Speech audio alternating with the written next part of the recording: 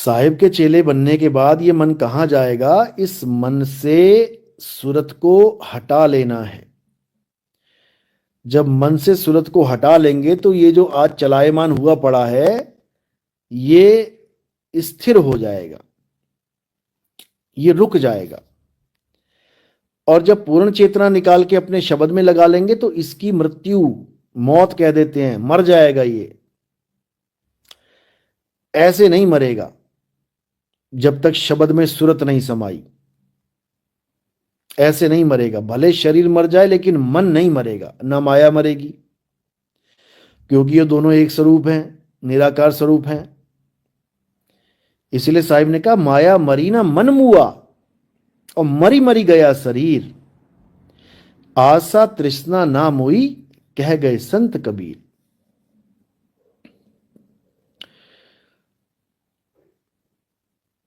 तो कैसे मरेगा? जैसे तुम कोई भी फिल्म देख रहे हो, कोई भी कार्य कर रहे हो, और तुम्हें एकदम फोन आ जाए कि तुम्हारे बच्चे का एक्सीडेंट हो गया है। उसी वक्त तुम्हारा ध्यान उस फिल्म में से एकदम निकल आएगा। अब वो अकेली चलती रहेगी, कोई देखने वाला नहीं उसको। वरना उसी फिल्म को देख के ठाके भी लगा रहे थे, हंस भी रहे थे, एंजॉय भी कर रहे थे, सब कुछ चल रहा था, लेकिन एक फोन की वजह से सारा खेल ही खत्म हो गया मन का, और तुम सीधे अपने ठिकाने पे पहुंचे। इसी प्रकार ये जितना मन झूठे सुख दे रहा है, आनंद दे रहा है, ये सब फीके पड़ जाएंगे। नौ द्वार नहो दर फीके, रस अमृत 10वें चुईजे। जब अमृत रस चखोगे तब ये अपने आप फीके पड़ जाएंगे। ये तब होगा, ऐसे नहीं होगा। अंजलि कुमारी, गुरुजी मेरे घर में शांति नहीं रहती है, क्या करें? कोई उपाय बताइए। पैसा टिकता भी नहीं है। बाबा बागेश्वर समझ लिया क्या? हाँ। अब तुम्हें उपाय बताओ कि पैसा क्यों नहीं टिकता। अरे भाई, जितना पैसा कमाते हो उसके हिसाब से खर्चे कम किया करो, टिकेगा। अब आमदनी अठन्नी, खर्चा रुपया, तो कहां टिकेगा? एक एक हिसाब लिखा करो, पर डे के हिसाब से।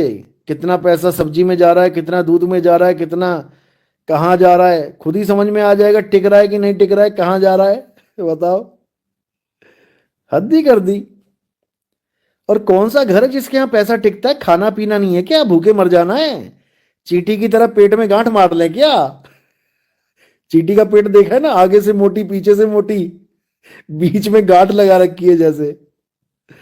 तो भाई, पैसा खर्चने के लिए ही बनता है। तुम्हारे सारे काम निकल रहे हैं, वो सबसे अच्छी बात है। तुम्हें मांगना नहीं पड़ रहा है, अच्छी बात है। टिकाने के कि तुमने यहां पे बिल्डिंगें बनानी है क्या?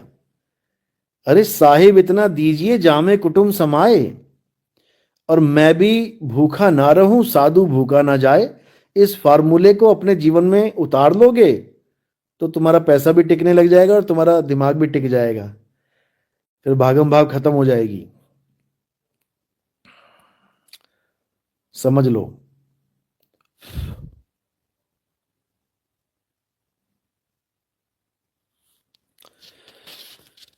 हमारी असंतुष्टि का कारण केवल हमारा मन है। याद रखो, ये तुम्हें दौड़ाता है, दौड़ाता है, दौड़ाता है, लास्ट में तुम्हें निपटा देता है,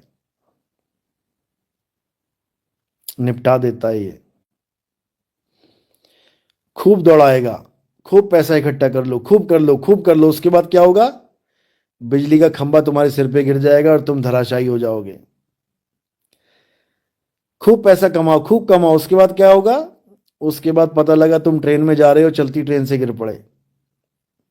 खूब पैसा कमाओ, खूब खूब खूब, उसके बाद क्या होगा? पता लगा तुम किश्ती में घूमने गए, किश्ती पलट गई और तुम भी मारे गए। अरे भाई, आज की जिंदगी, आज के जीवन में जियो, जिंदगी आज में जियो। आज तुम खुश हो तो समझ लो कि तुम सबसे बड़े चौधरी हो दुनिया के। और अगर तुम आज दुखी हो और सोच रहे हो मैं कल पैसा कमा के सुखी हो जाऊंगा, तो तुम सबसे बड़े बेवकूफ हो दुनिया के, सबसे बड़े बेवकूफ हो। यहां पे करोड़पति भी मरेगा, यहां पे रोडपति भी मरेगा। बस बात इतनी है कि खुश होके कौन जाएगा यहां से, और सड़ सड़ के कौन जाएगा, दुखी होके कौन जाएगा। लोग कहते हैं मेरे जी में दुख ही दुख है, मैं 14 साल से दुखी हूं, मैं 20 साल से दुखी हूं। अरे एक दिन एंजॉय करके देखो ना, एक दिन एंजॉय करके देखो, fully enjoy, fully loaded enjoy. भूल जाओ कि तुम गरीब हो, भूल जाओ कि तुम दुखी आत्मा हो, छोड़ो सब कुछ। और एक बार जो तुम्हें पसंद है वो खुले दिल से करके देखो। ट्रैवलिंग पसंद है, निकल जाओ कहीं पर भी, देखो ना मजा आ जाए जीवन का तो। डांस पसंद है, लगाओ कुंडी, लगाओ जरा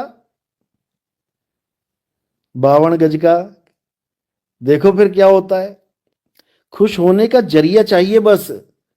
खुश होने के बहुत तरीके हैं, जो तुम्हें अच्छा लगे वो करो तुम। एक दिन करके देख लो, एक दिन करके देख लो, तुम्हें समझ में आ जाएगा कि जीना कैसे है। घुट घुट के नहीं जीना यार, यहां पर बड़ी बड़ी बिल्डिंगें छोड़ के नहीं जानी दूसरों के लिए। तुम खड़ी करते मर जाओगे, कोई और आके बैठ जाएगा। सड़ सड़ के मर जाओगे, दुखी होते होते मर जाओगे, मैं अमीर क्यों नहीं, मैं अमीर क्यों नहीं, मैं अमीर क्यों नहीं। और तुम्हारे सामने से 50 अमीरों की लाशें गुजर चुकी हैं, जो कहते थे मैं करोड़पति, मैं अरबपति, मिट्टी हो गए तुम्हारी आंखों के सामने। लेकिन तुम्हें नहीं समझ में आया कि इस दुनिया में हम अमीर और गरीब कुछ भी नहीं है भाई, कुछ भी नहीं है। हम मरने के लिए पैदा हुए हैं, मरने की तारीखें पास आ रही हैं।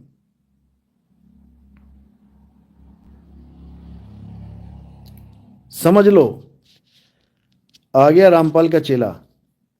द वे ऑफ सतलोक, सतगुरु तत्वदर्शी संत की शरण में जाकर। नाम भी लिख दे भाई, नाम लिखने में शर्म आ रही है क्या? ये नेपाल नहीं है, मेरा लाइव है, यहां चलेगा तेरा नाम।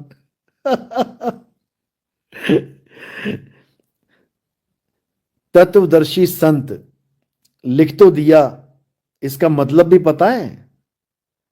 इसका मतलब क्या होता है? तत्वदर्शी संत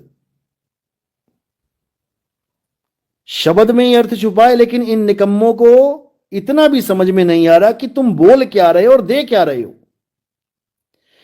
तत्वदर्शी संत कर करके इन्होंने मंत्रदर्शी संत बना दिया उसको।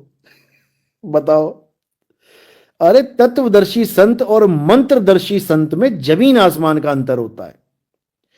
तत्वदर्शी, हां, तत्वदर्शी का मतलब होता है जो तत्वों का दर्शन करवाए, तत्वों का दर्शन कराए। जैसे सूक्ष्मदर्शी, सूक्ष्मदर्शी का मतलब यह नहीं है कि तुम्हें मंत्र जपवाए, amoeba paramecium, amoeba paramecium, amoeba paramecium. सूक्ष्मदर्शी का मतलब है जो सूक्ष्म से भी सूक्ष्म पर या खुली आंखों से नहीं दिख सकता, उसको माइक्रोस्कोप से दिखवाए। माइक्रोस्कोप को सूक्ष्मदर्शी कहते हैं, वो भी संत ही है। बस संत लगा दो, तुम्हारे संत को खुली आंखों से वो दिख नहीं रहा होगा जो माइक्रोस्कोप को दिख रहा है। असली तत्वदर्शी संत तो माइक्रोस्कोप है, जो सूक्ष्म से सूक्ष्म तत्व को भी 100 पावर 1000x पावर में दिखा दे। तत्वदर्शी संत के साथ सूक्ष्मदर्शी संत भी बन जाएगा वो, बिल्कुल।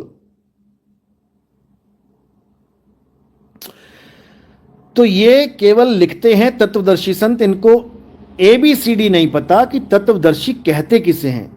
इसीलिए नेपाल में चुन चुन के पकड़ते हैं इन लोगों को।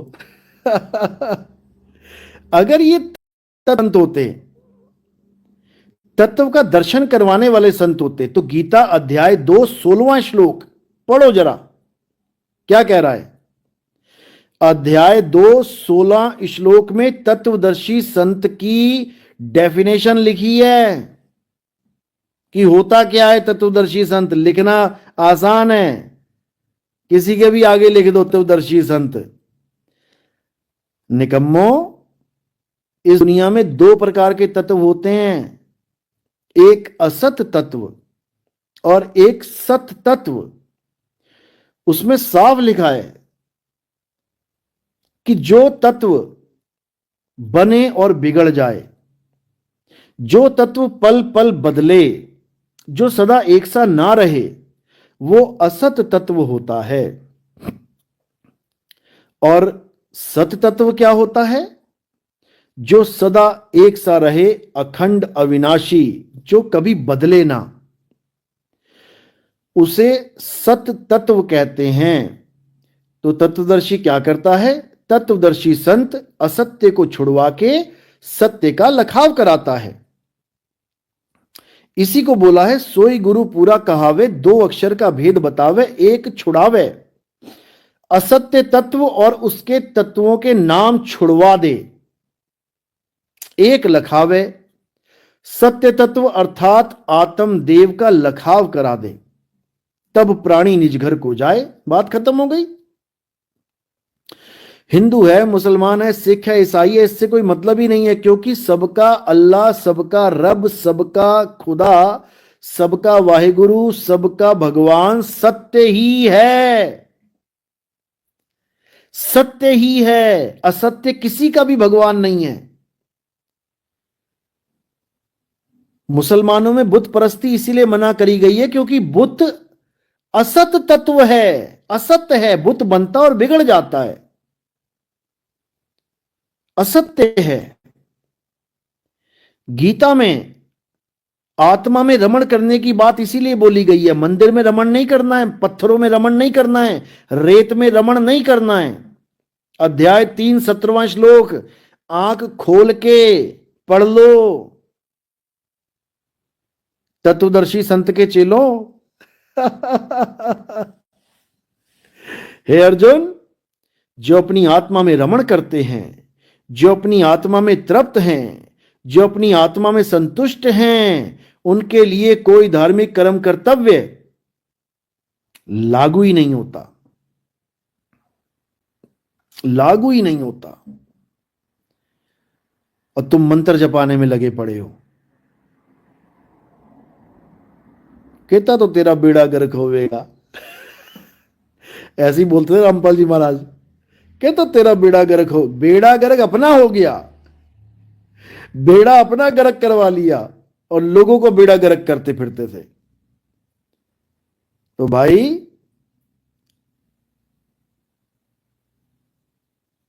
अभी समय है, तत्वदर्शी संत को खोज लो, नहीं तो इन्हीं तत्वों में धक्के खाते फिरोगे। समझ लो, इन्हीं तत्वों में आओगे जाओगे जो श्वासों की डोर पकड़ के बैठे हो। अरे श्वासा संग जो करे पयाना, पांच तत्व में जाए समाना। पकड़ना था अपनी आत्मा को और पकड़ लिया श्वासों को। बताओ, श्वास भी असत तत्व है, लेकिन नहीं समझ में आएगा। तो नकली तत्वदर्शी संत के चेलों संभल जाओ, अभी मौका है। ये बार बार मौका नहीं मिलेगा कि कहो बार बार मौका मिलेगा, नहीं मिलेगा। ये जन्म इतना कीमती है तुम सोच भी नहीं सकते। काल भगवान इसीलिए पूरा जोर लगाता है, 52 का जाल लेके आता है। हिंदू को हिंदी में फंसाता है, अरबी को अरबी भाषा में फंसाता है, अंग्रेज को अंग्रेजी भाषा में फंसाता है, जापान को जापानी भाषा में फंसाता है, ताइवान को ताइवानी भाषा में फंसाता है, मंगोल को मंगोली भाषा में फंसाता है, पुर्तगीज को पुर्तगी भाषा में फंसाता है, स्पेनिश को स्पेनी भाषा में फंसाता है। समझ लो, इसके पास 52 का बहुत तगड़ा जाल है। हालत खराब हो जाएगी। इसीलिए कबीर साहब समझा रहे हैं, 52 के जंजाल में फंस गया ये संसार, पूरा संसार बोला है 52 के जंजाल में फंस गया। केवल हिंदू या केवल मुसलमान या केवल सिख या केवल ईसाई, ये नहीं, सारे के सारे 52 में उलझे पड़े हैं। कोई सोच रहा है मैं हनुमान जी की आरतियां गा लूंगा, शिव जी की चालीसा पढ़ लूंगा, माता दुर्गा की चालीसा पढ़ लूंगा, मेरी मुक्ति हो जाएगी। 52 अक्षर है, 52 अक्षर है, काखा गा है। कोई सोच रहा है मैं नमाजें पढ़ लूंगा, 5-5 नमाजें, मैं कुरान पूरी पढ़ लूंगा, मैं हदीसें पढ़ लूंगा, मेरी मुक्ति हो जाएगी। 52 अक्षर है, अक्षर है बोलने लिखने पढ़ने वाले, मेड बाय ह्यूमन। कोई सोच रहा है मैं गुरु ग्रंथ साहब पढ़ लूंगा, मैं वाहिगुरु वाहिगुरु वाहिगुरु करके पार हो जाऊंगा। 52 अक्षर हैं, अक्षरों का जाल है। कोई सोच रहा है मैं अंग्रेजी में जीसस क्राइस्ट के आगे खूब अंग्रेज बन जाऊंगा, चौड़े में खूब प्रेयर करूंगा मैं, हालेलुया हालेलुया।